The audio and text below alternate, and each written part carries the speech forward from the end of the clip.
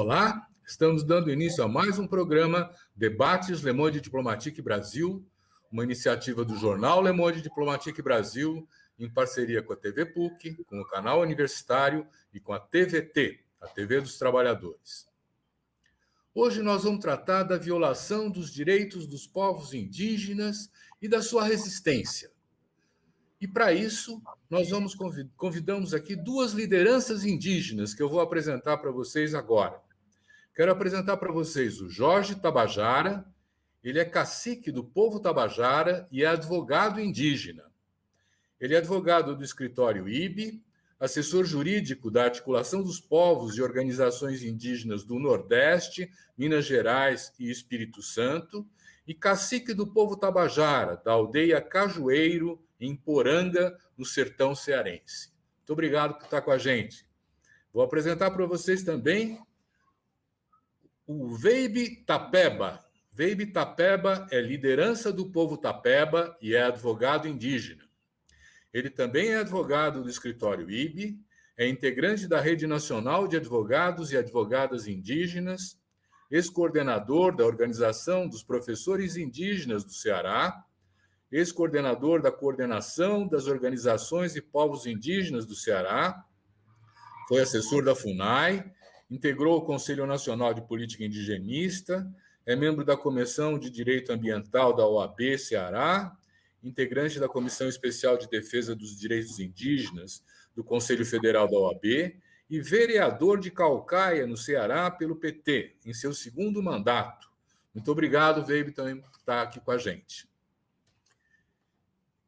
Vamos começar com uma pergunta que, no fundo, é uma novidade ter advogados indígenas, né? Então, eu queria perguntar para vocês, vamos começar pelo Jorge, como é que vocês se tornaram advogados e o que é esse escritório, esse escritório IBE, por favor? Boa tarde a todos, sou daqui o meu companheiro e compadre, guerreiro de luta, Veibe Tapeba, um apresentador. A minha história de luta, nós nascemos vendo nossos pais militares no movimento indígena, né, na luta por efetivação de direitos, pela demarcação dos nossos territórios e muitas outras necessidades do nosso povo. E logo muito cedo me tornei liderança e antes mesmo de decidir enveredar na carreira advocatícia, eu fui nomeado cacique pelo meu povo ainda aos 18 anos.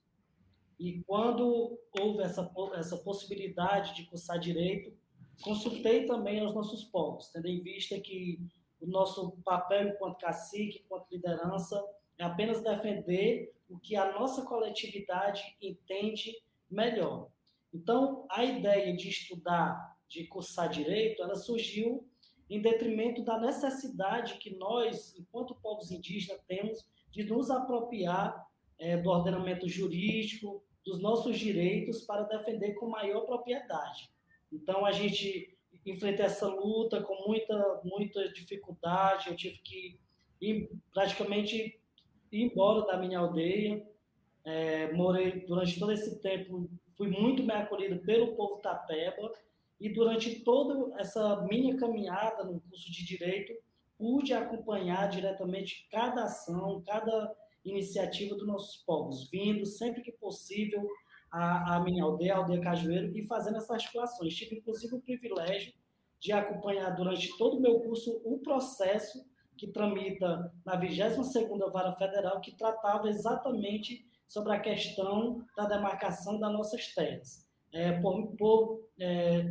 Ficamos muito próximos, por exemplo, de receber uma reintegração de posse em virtude desta ação e graças à nossa atuação, um papel importantíssimo do Ministério Público Federal, com a nossa provocação, conseguimos, no primeiro momento, retirar toda e qualquer possibilidade de sofrermos essa ação de reintegração de posse e, ato contínuo, ajuizamos uma ação na Justiça Federal que teve todo o seu curso normal, com o nosso acompanhamento, e transitou em julgado agora, muito recente, impondo ao Estado brasileiro o dever de iniciar o procedimento de demarcação das nossas terras. A nossa inserção no escritório, no IBI, né? O IB é o primeiro escritório de advogados popular indígena, composto por indígena, e ele surge justamente para satisfazer a necessidade das nossas organizações, dos nossos povos, e de forma muito responsável acompanharmos as ações judiciais, bem como outras ações que serão desenvolvidas e dar o retorno aos nossos povos em nosso estado. Maravilha, obrigado. Baby, conta para nós como é que você virou advogado.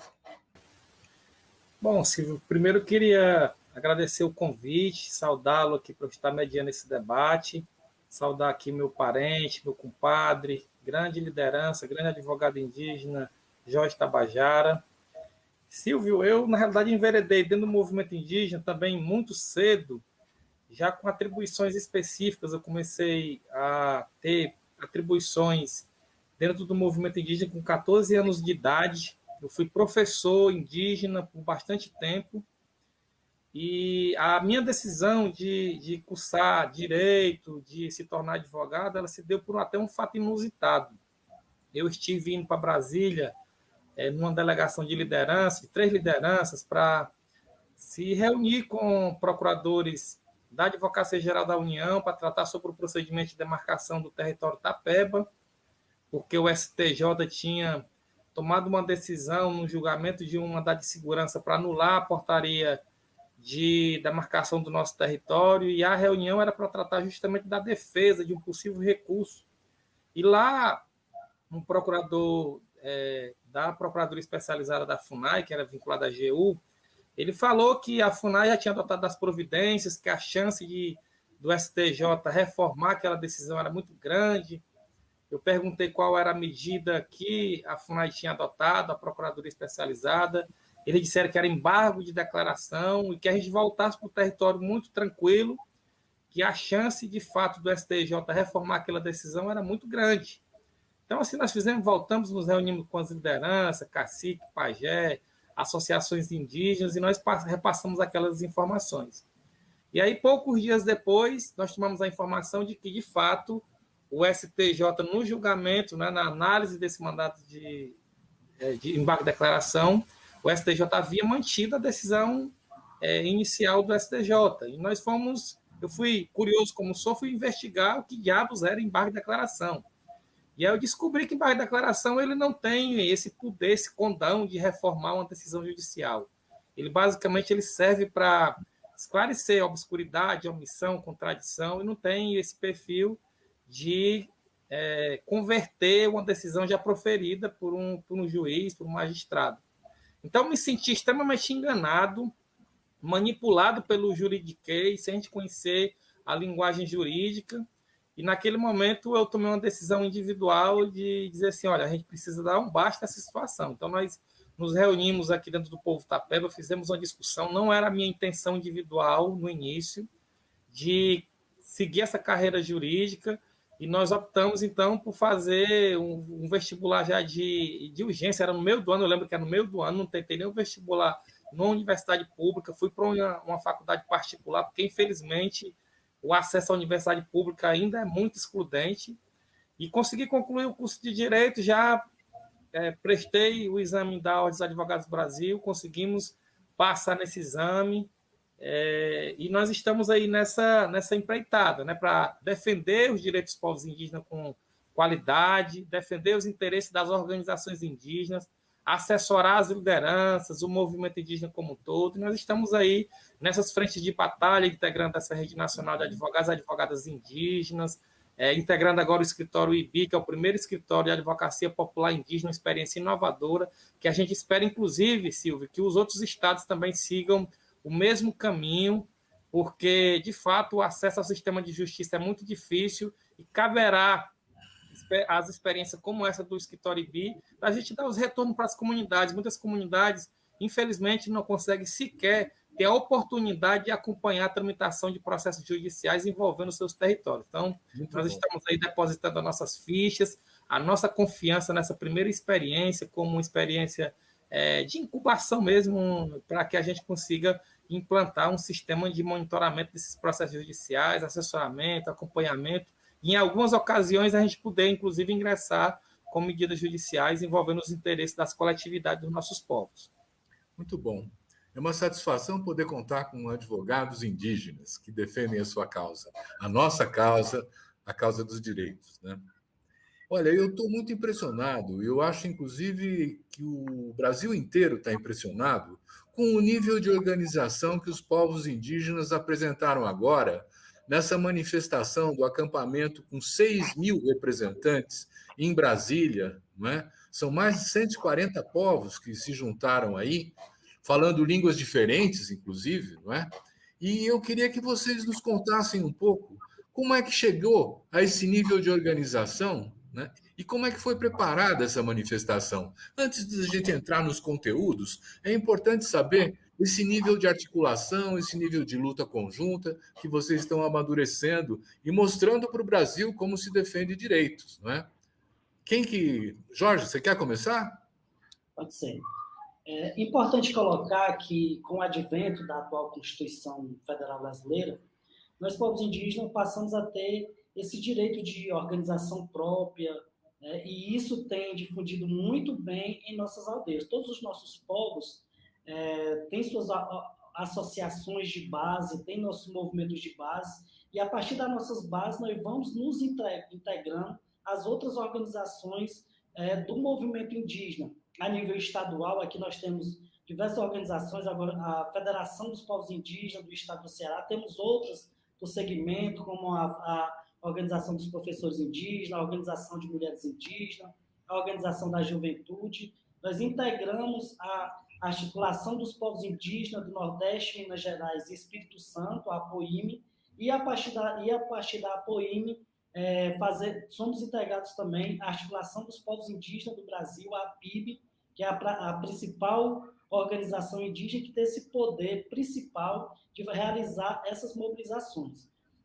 O chamado para todos os povos indígenas estar presente em Brasília, ele se dá por uma situação muito, muito complexa e que, de uma certa forma, tem nos colocado em risco a nossa própria dignidade, tendo em vista que a nossa principal bandeira de luta é a luta pela efetivação dos nossos territórios, e o que está sendo discutido, debatido por meio do recurso extraordinário do Supremo Tribunal Federal, que foi reconhecida e aplicada no Instituto da Repercussão Geral, isso significa dizer que a decisão tomada nesse julgamento ela servirá como parâmetro de base para ser aplicado em todos os territórios, em processo de demarcação judiciária, processo de demarcação de terras indígenas que já tramitam na Justiça Federal. Há uma tese que tem sido bastante discutida, que se vê em todas as redes sociais, principalmente as nossas, de lideranças e povos indígenas, é hashtag não ao marco temporal. O que é, de fato, esse marco temporal? É uma tese criada pela bancada do agronegócio, por ruralistas, né, que faz uma interpretação, a nosso ver, muito equivocada da atual Constituição Federal Brasileira em querer condicionar, em defender e querer condicionar a demarcação dos nossos territórios apenas aqueles povos que já tinham suas terras sendo reivindicadas ou se já estavam ocupadas até 5 de outubro de 1988, o que para nós é um absurdo, é uma aberração jurídica, tendo em vista que a própria Constituição ela garante o nosso direito tradicional, originário, e com isso se quer prever qualquer requisito temporal, tendo em vista a questão da originalidade do nosso povo, né, que precede toda essa questão de outubro de 88. Muito bom.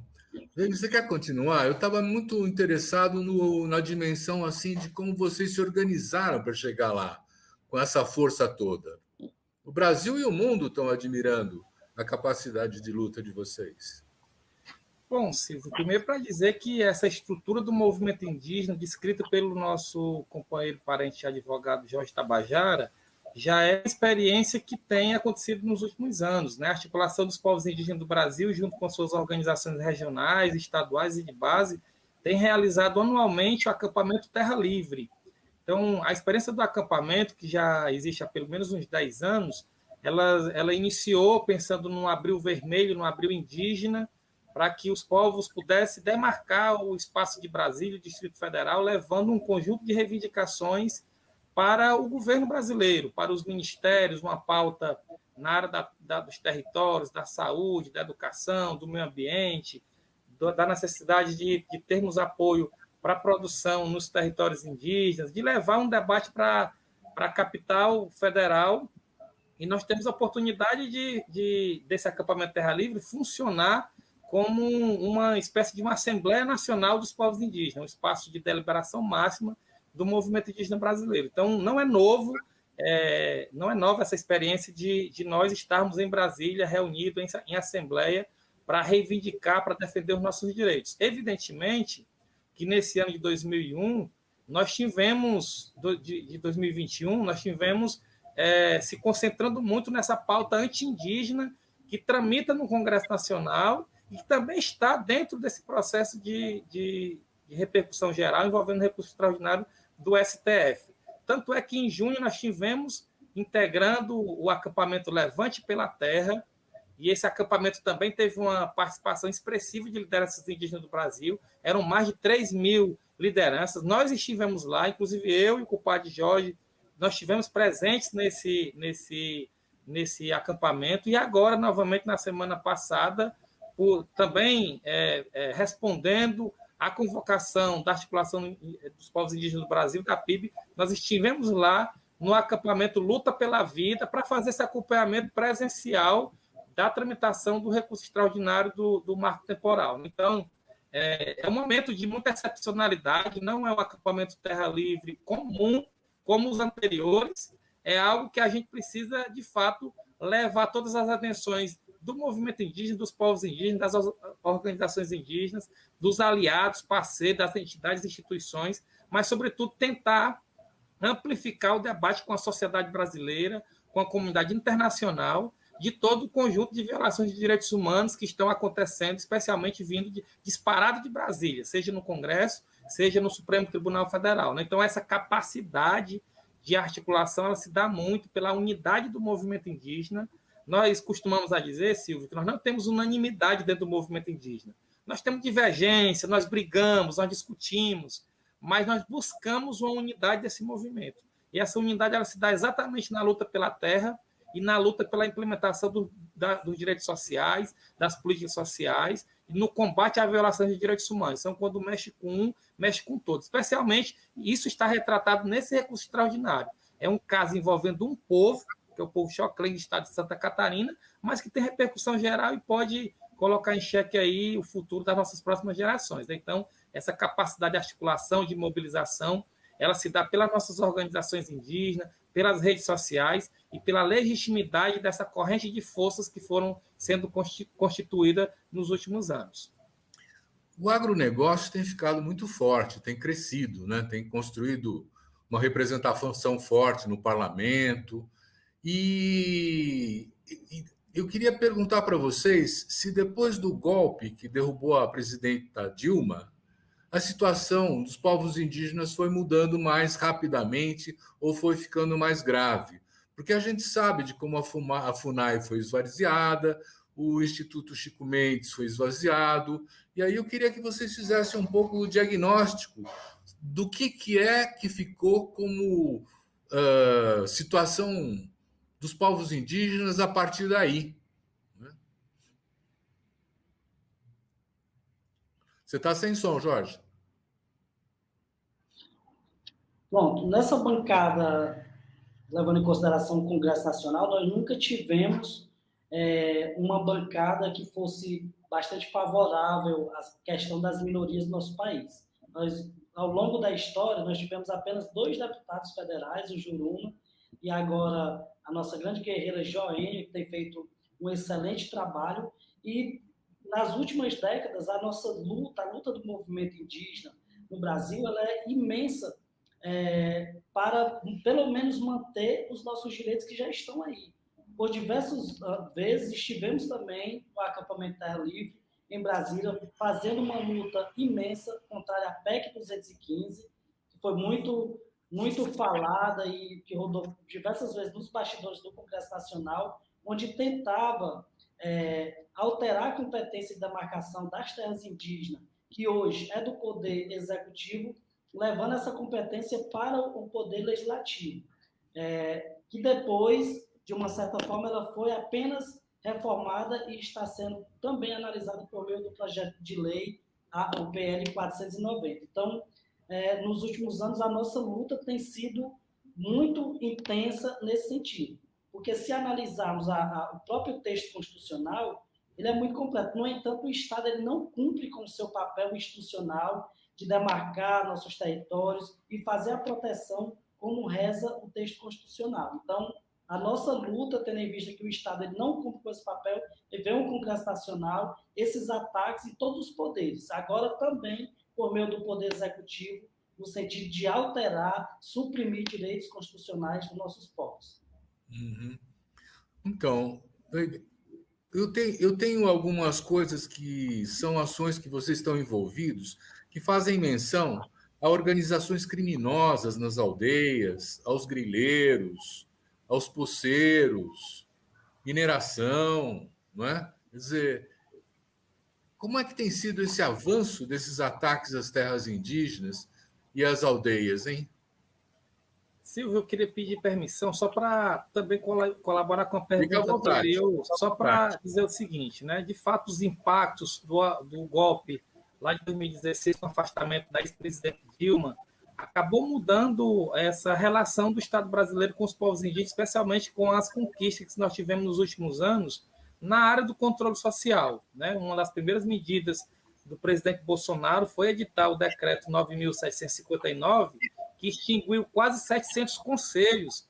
E dentro desses conselhos, Silvio, tem, por exemplo, o Conselho Nacional de Política Indigenista, que eu tive a oportunidade de estar como relator da Comissão de Terra e Território, que era a instância máxima de controle social nessa relação do Estado brasileiro com o movimento indígena, com os povos indígenas, extinguiu a Comissão Nacional de Educação Escolar Indígena, nós tínhamos um comitê de repartição de benefícios para discutir essa questão ambiental, enfim, tirou a oportunidade, o atual governo, o governo Bolsonaro, ele não dialoga com a sociedade, não dialoga com o movimento indígena, com os povos indígenas, com as nossas organizações, e esse afastamento, ele gera instabilidade política, porque acaba que o próprio artigo 6º da Convenção 169 da Organização Internacional do Trabalho, que dá direito à consulta prévia, livre e informada dos nossos povos, indo por água abaixo, né? Então, é um governo que é pautado na falta do diálogo, que não respeita o direito de consulta estabelecido por um tratado internacional em que o Brasil é signatário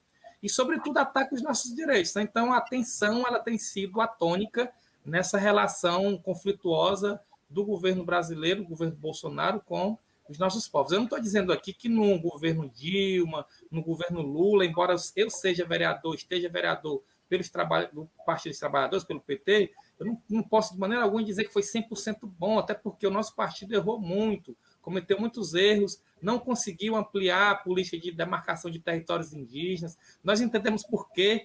Pela governabilidade, o Congresso Nacional tem a sua bancada maior, que é a bancada ruralista, que muitas vezes não consegue permitir que pautas como a nossa, de demarcação de territórios, ela avance. Mas, evidentemente, que eram governos que respeitavam a nossa organização, que dialogava, que tinha um ambiente, vamos dizer assim, respeitoso para a gente tentar construir essa relação mais harmônica, né, com os nossos povos. Então, queria primeiro registrar isso. Sobre essa segunda pergunta, Silvio, de fato, os nossos territórios, eles, desde a chegada do Caribe, do homem branco, do projeto colonial, nós nunca tivemos paz, essa é a verdade, né? O projeto colonial ele começou com o objetivo de exterminação dos nossos povos. Tanto é que pesquisadores davam conta da nossa existência aqui no Brasil, na chegada do europeu, de 6 milhões de indígenas, nós fomos reduzidos a quase 400 mil, ou seja, nós não podemos contar, estar com falácia, tentar romantizar essa história de mistura de raça, encontro de raça. O que houve no Brasil foi matança, foi etnocídio, foi genocídio, foi um extermínio quase que generalizado, que só não aconteceu por conta da resistência dos nossos antepassados, né? Então, estupraram as nossas mulheres, as nossas anciãs, dos nossos ancestrais, dos nossos antepassados. Então, a gente precisa contar a verdadeira história do nosso país. Não conseguiram exterminar, tentou-se emplacar aqui no Brasil o que a gente chamava de integração forçada, a integração nacional dos nossos povos, para a gente deixar de ser índio, também não funcionou. Depois vieram com um projeto de tutela, que se estendeu até a Constituição Federal de 88. E nós evidentemente, estamos ainda enfrentando o resultado desse projeto colonial que não dá lugar aos nossos povos num projeto de nação do Brasil. Né? Então, os nossos territórios continuam estando frágeis, com uma nova roupagem de colonização, com a intenção dos objetivos de um projeto colonial, projeto capitalista, para o desenvolvimento social, de desenvolvimento econômico, que tenta tirar das terras indígenas as riquezas que nós temos através do agronegócio, da mineração, dos madeireiros, né? O garimpo está muito forte em diversas terras indígenas, queimada, desmatamentos. Então, os interesses estão sobre os nossos territórios. Né? Então, é preciso dizer isso, que nós estamos há 521 anos de ar puro, né? com muito sofrimento, com muita luta, com muita resistência, mas eu preciso dizer que do lado de cá também tem muita disposição para nós continuarmos defendendo os nossos territórios. Muito bem, é uma satisfação ouvir vocês. Como é que ficou a situação dos povos indígenas com a Covid, hein? Vocês tiveram apoio para enfrentar isso? Como é que foi?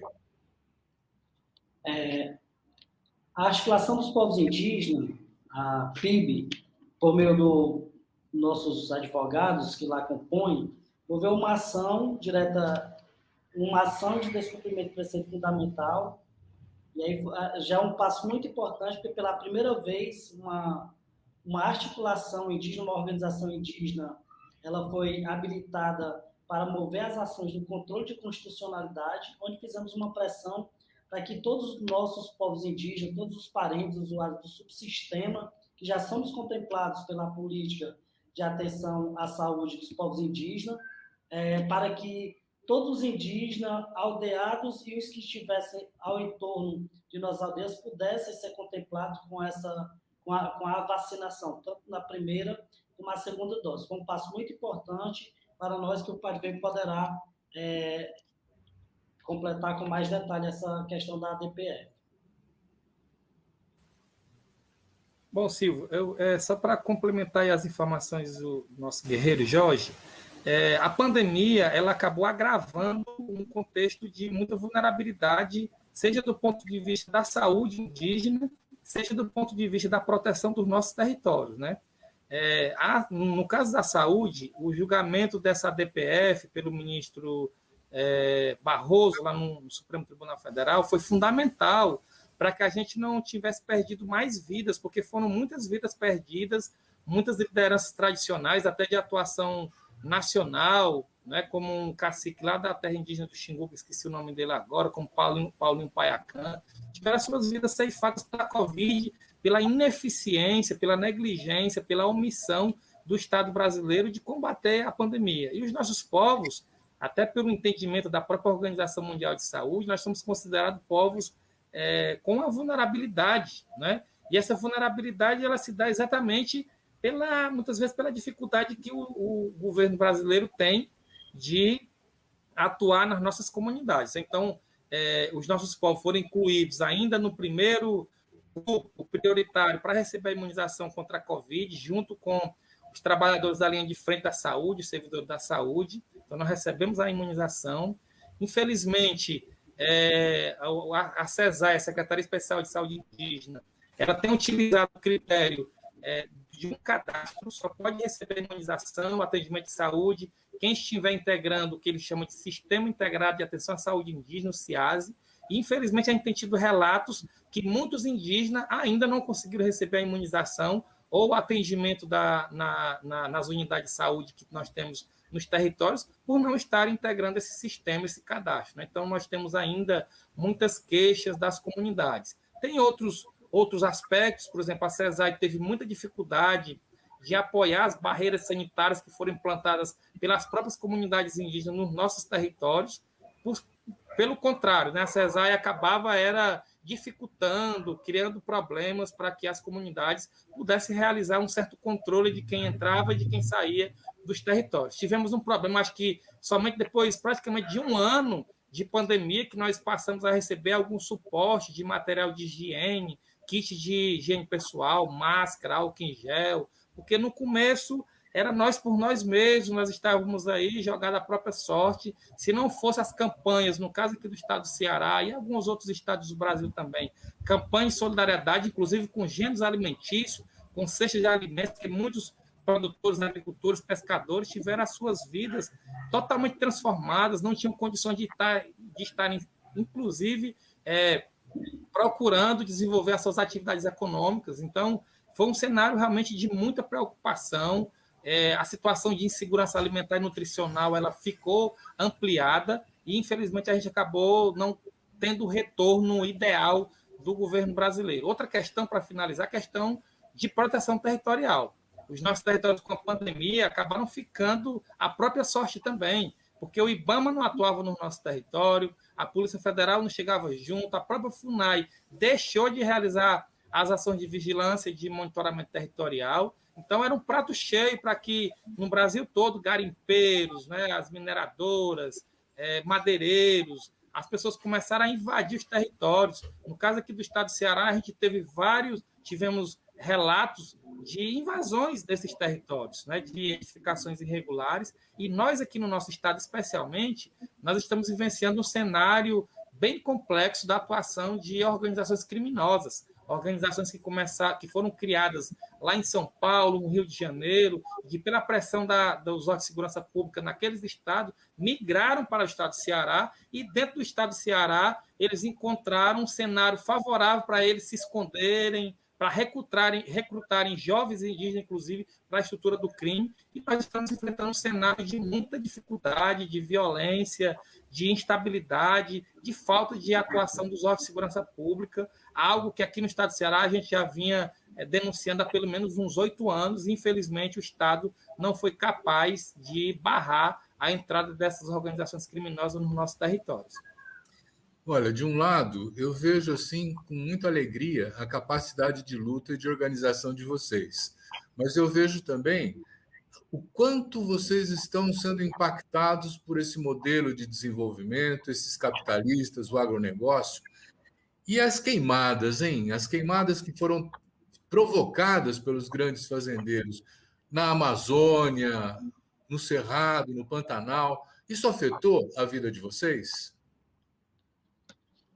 Com certeza, inclusive nós aqui na Aldeia Cajueiro, estamos numa área de quase 5 mil hectares de terra, nós estamos com um fogo generalizado, muitas vezes somos nós, as lideranças indígenas, nós, os próprios parentes, que temos que nos dispor para tentar, de alguma forma, minimizar esses impactos. A gente tem sofrido bastante com isso, principalmente tendo em vista que o nosso principal meio de subsistência é a agricultura, é viver da própria terra, da própria caça, e essas queimadas têm impactado demais a vida e o cotidiano em nossas aldeias, sobretudo nós que moramos em áreas de mata, áreas que há uma preservação ainda maior, mas que essa preservação é feita por nós mesmos, somos nós, povos indígenas, que temos nos preocupado dentro do nosso próprio território de fazer esse trabalho de proteção, evitar inibir a presença de caçadores, de fazendeiros, e muitas vezes, por conta dessa ação, a gente tem sofrido bastante com essas ações criminosas, com incêndios, principalmente nessa época do ano e nos anos anteriores. Quando chega esse período de agosto a novembro, é quase certeza esse impacto em nossas aldeias, causado pelas grandes queimadas de grandes proporções. Uhum. Muito bom. Eu vejo de uma maneira muito importante assim essa proposição de vocês também ocuparem um parlamento, né? Quer dizer, ocuparem as câmaras municipais, o legislativo de uma maneira geral, para poder defender os seus direitos, né? Vême, você é vereador, né? O que você faz como vereador indígena? Bom, como vereador indígena, o que a gente tem buscado fazer, primeiro, é quebrar um paradigma, né, uma visão totalmente distorcida de que a questão indígena seria uma atribuição, vamos dizer assim, do governo federal. Há uma visão distorcida disso, né, que problema de indígena é governo federal, é o Ministério da Saúde, é a FUNAI, é o Ministério da Justiça, enfim. nós entendemos que nos municípios, políticas públicas comuns como limpeza, né, coleta de resíduos, coleta de lixo, algumas ações de educação, tem algumas escolas municipais, iluminação pública, enfim, tem muitas políticas que são de responsabilidades diretas dos municípios que às vezes acabam não chegando no chão das aldeias, no chão dos territórios indígenas. Então, cabe a esses povos se organizar para lutarem para que essas políticas municipais elas também alcancem esses territórios indígenas. Né? Então, e tem algo também, para além das políticas públicas, que muitas vezes os entes municipais acabam ocupando uma posição de inimiga, sabe, de oposição à demarcação dos territórios indígenas. Então, acredito que os parlamentos municipais, as câmaras de vereadores dos municípios precisam, de fato, também ter a presença de indígena, no caso desses municípios que possuem população indígena. Aqui no meu município, pela nossa experiência, nós temos feito essa defesa dos direitos dos povos indígenas, temos tentado provocar essa responsabilização do ente municipal de chegar junto com as comunidades indígenas, com as políticas municipais, de fazer a defesa contra aqueles setores que são fazem oposição à demarcação do nosso território, e o bom debate. Nós temos, evidentemente, bandeiras de luta que nós defendemos, mais alinhada ao campo progressista, de direitos humanos, da questão ambiental, das mulheres, da juventude, dos povos originários, comunidades tradicionais, da educação, do serviço público. Então, a gente tem abraçado, evidentemente, aqui no nosso caso, no município de Caucaia, várias causas. Mas o que é estratégico é nós termos a voz de um indígena legítimo, de uma comunidade indígena, comprometido com a causa, porque eu tenho a compreensão de que não basta ser indígena, precisa ser comprometido com a causa. Porque nós temos alguns indígenas que são candidatos, se elegem, mas não tem compromisso nenhum com a causa. Então, nós demarcamos esse espaço de nós termos as nossas vozes ecoando nos parlamentos municipais de todo o Brasil, para que a gente consiga fazer a defesa dos nossos interesses. Inclusive, lá em 2016, quando eu fui candidato pela primeira vez, eu tive a oportunidade de receber a maior votação entre todos os 169 vereadores indígenas eleitos em todo o Brasil, com 2.641 votos. E nós conseguimos ampliar, Silvio, o número de indígenas eleitos nos municípios, sabe? De 169 para mais de 240 vereadores indígenas. Então, nós estamos mostrando que é estratégico nós também ocuparmos esses espaços da política partidária, dos mandatos eletivos, seja de vereador, dos mandatos para poder executivo também. Temos alguns prefeitos e vice-prefeitos indígenas, e também na luta para a gente também conseguir entrar nas assembleias legislativas e também no Congresso Nacional, que infelizmente, na atual conjuntura, nós só temos a voz da nossa parenta Joênia Wapichana. Só para completar um pouco aqui o debate colocado pelo Padre Weib, no mês de novembro estaremos realizando a Assembleia Estadual dos Povos Indígenas do Estado do Ceará, e lá haverá uma pauta sobre essa questão política. Poderá, após as discussões da nossa Assembleia, a gente sair com novidade, já para a Assembleia Legislativa, temos um nome, né, que devemos fazer esse debate em todas as aldeias, em todos os municípios, para que a nossa voz também seja ecoada na Assembleia Legislativa do Estado do Ceará, com um representante saindo das nossas aldeias. Né? Isso é muito importante, esse avanço na questão política, na questão partidária. São frentes de luta, né? Exato. E vocês tiveram acesso, os povos indígenas, ao auxílio emergencial ou não? Nós tivemos sim, tem muitos indígenas que estavam cadastrados no CadÚnico, né, que já recebia Bolsa Família, e a maioria dessas famílias que são consideradas hipossuficientes passaram a receber esse benefício. Aí, evidentemente, nós temos relatos de muitas famílias que não conseguiram acessar o benefício, né? Aquelas que tinham dificuldade de acessar o sistema de cadastramento, de ter acesso à internet. Então, infelizmente, os mecanismos de acesso ao benefício do auxílio emergencial acabavam dificultando o acesso pelos nossos indígenas, dos nossos povos. Evidentemente que a necessidade de fazer um cadastro pela internet, ter acesso à internet, computador, celular, não é todo mundo que tem esse tipo de acesso, e em alguns casos evidentemente nós conseguimos absorver muitas informações de gente que ficou de fora. Mas, assim, nós tivemos uma grande maioria que conseguiram acessar com a ajuda das lideranças, de professores, de organizações indígenas, de alguns casos dos CRAs que estão implantados nos municípios, que também fazem um atendimento diferenciado, preferencial para as comunidades indígenas. E é isso, mas a situação ela tem ficado muito caótica. Nós temos uma crise sanitária, mas também uma crise econômica, que os meios de produção, o acesso à renda básica, o acesso à alimentação, o gás de cozinha é muito caro, então tem muita gente aí que não está conseguindo ter o mínimo para a sua sobrevivência com dignidade. Eu queria trazer para vocês uma outra questão, porque tem uma pesquisa, inclusive, que foi apresentada recentemente, que demonstra o quanto as comunidades indígenas cuidam do meio ambiente, preservam o meio ambiente, interagem de uma maneira assim toda respeitosa com eles, né? Quer dizer, parece que só 1,6% nessa pesquisa é o quanto, vamos dizer assim, as comunidades indígenas, de alguma maneira, alteram o ambiente, muito diferente da exploração capitalista, né? Então, a minha pergunta vai no sentido daquela filosofia que vem dos povos indígenas andinos, do bem viver. Vocês se identificam com essa questão dos povos indígenas andinos? É mais ou menos a mesma coisa ou tem diferença? Quem que... A nossa relação, primeiro é importante colocar aqui a relação de nós povos indígenas com a terra.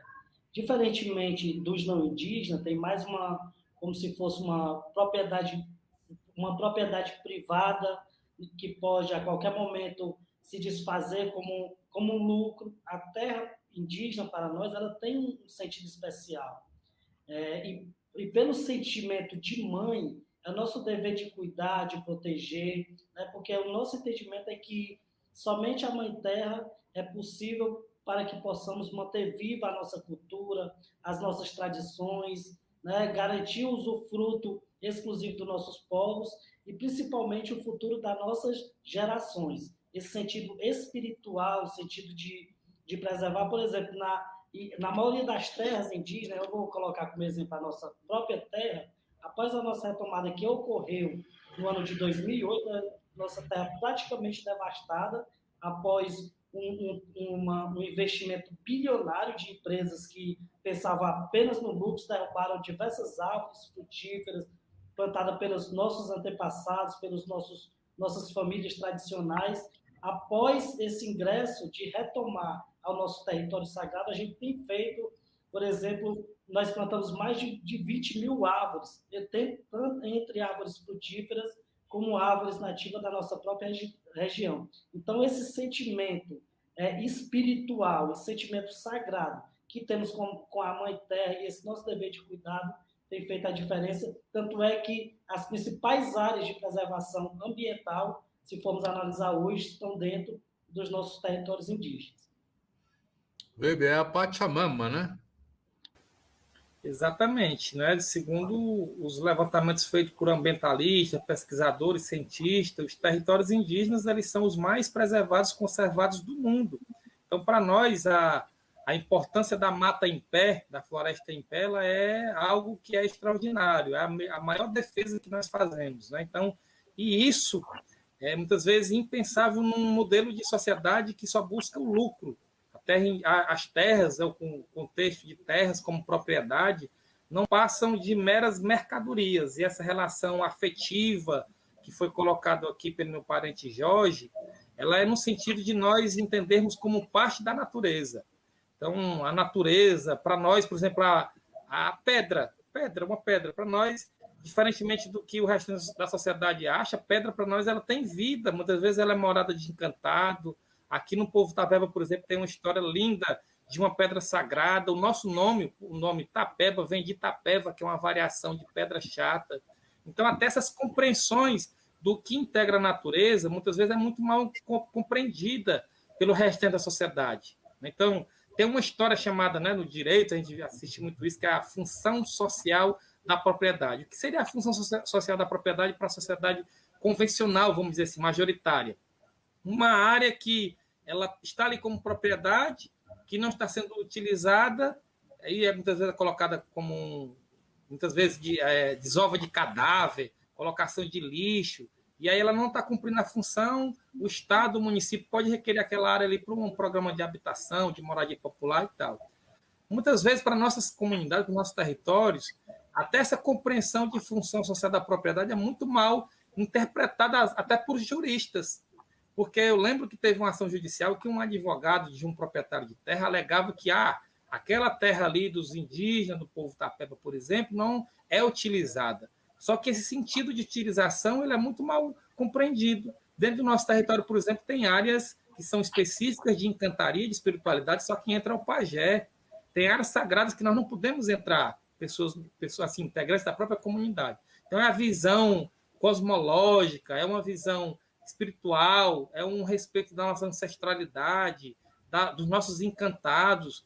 Então, esse tipo de relação é um debate que a sociedade majoritária, a sociedade brasileira ainda não está preparada para esse tipo de debate. Mas o que eu devo colocar é que nós continuaremos defendendo a Pachamama, defendendo o bem viver, porque é o futuro das próximas gerações, mas também é uma responsabilidade nossa, da atual geração, integrar um mundo melhor do que nós pegamos. É o mínimo que nós devemos fazer.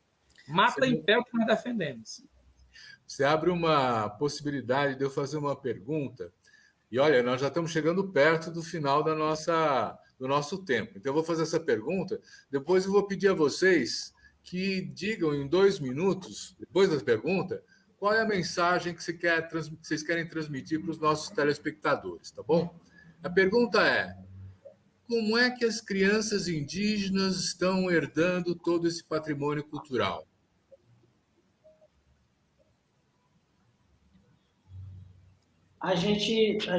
Os nossos curumins têm um papel muito importante na nossa aldeia, nas nossas aldeias, né? O que é sagrado, o que é tradição, diferentemente, por exemplo, de alguns de nossos mais velhos, alguns dos nossos troncos velhos que passaram momentos muito difíceis, e aí é importante relacionar até essa questão do Nordeste brasileiro, que muitos dos nossos povos adotaram, inclusive como estratégias de sobrevivência, o silêncio. Até por impedimento legal. Não poderíamos nos reunir em determinados locais públicos para, por exemplo, praticar nossos rituais. Os nossos curumins de hoje, eles crescem acompanhando toda essa luta. Nesse histórico de luta, por exemplo, ontem, nas manifestações aqui no estado do Ceará, tanto da Justiça Federal, em Fortaleza, em Crateús, em Itarema, nossas cunhãs, nossas mulheres guerreiras, sempre com nossos curumins ao lado, que têm crescido acompanhando essa luta, entendendo o que é sagrado, o que deve ser valorizado em nossas aldeias. Então, são muito importantes para que a nossa cultura ela seja mantida, ela seja assegurada e preservada também no futuro. Então, eles têm essa missão também de aprimorar essas nossas tradições e fazer com que nossos povos sejam sempre fortes e firmes nessa questão cultural e na nossa luta de forma geral. Maravilha.